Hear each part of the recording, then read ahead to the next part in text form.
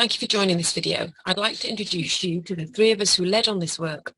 The presentation will be delivered by myself as the Careers Manager for MVLS, followed by Nick, a lecturer in Life Sciences. Our skills presentation today fits well into the wider university learning and teaching strategy, professional skills being the third of three core pillars. Within the area of life sciences, there is significant mention of skills in the periodic subject review, plus the Royal Society of Biology highlighted current good practice and in future recommendations on employability. This work is with Year 1 students, and whether these be home, international or WP students, for the majority of the class, the content of the sessions was new to them. There is emphasis on skill development in the sessions and a focus on extracurricular to gain these skills, and this is where you see the cultural differences. In the UK, it is widely considered valuable that young people, regardless of background, should volunteer, get a part-time job, attend youth groups, play sports or music, etc. And UK students know this. It's not the same, however, in most other countries, and so it comes to a surprise to some students that a degree is not enough to get ahead in the UK labour market. As such, there is a lot of signposting to extracurricular opportunities for all in the sessions. I'm good at biology is a common reply to why our students choose their degree with no real career in mind. Looking at their destinations, they're varied, and we encourage science and non-science destinations.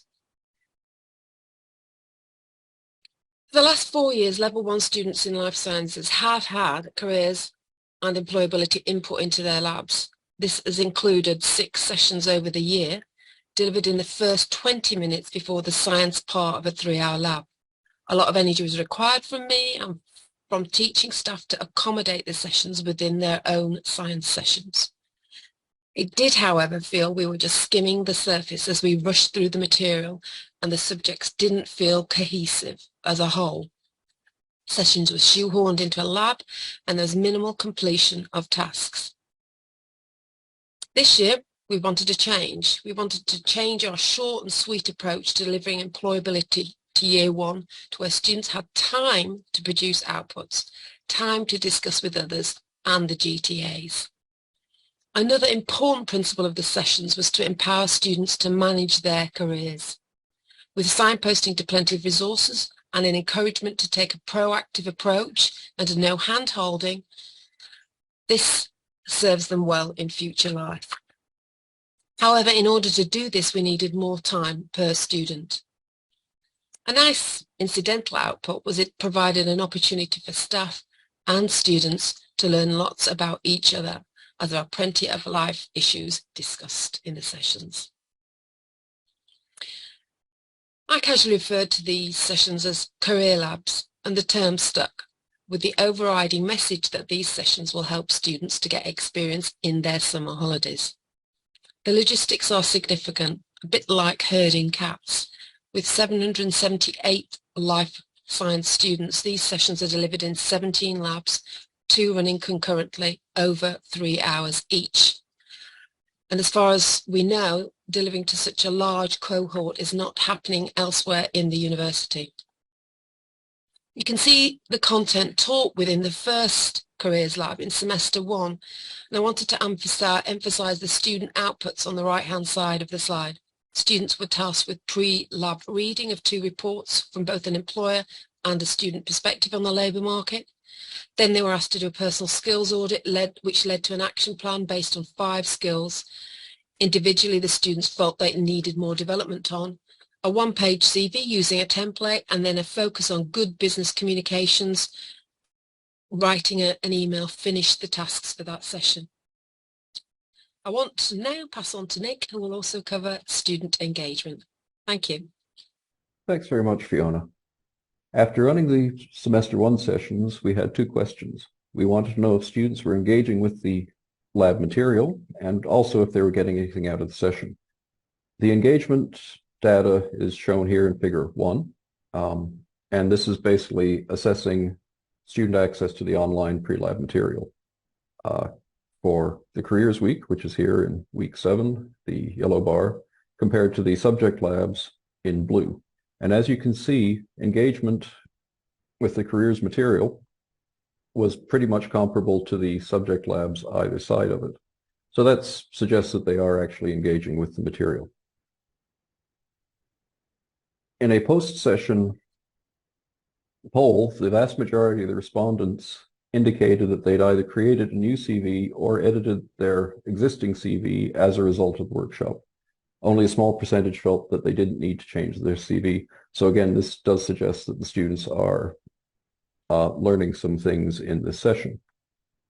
And interestingly, the students are continuing to access the CV template on Moodle. So they are finding it to be a useful resource for their job searches.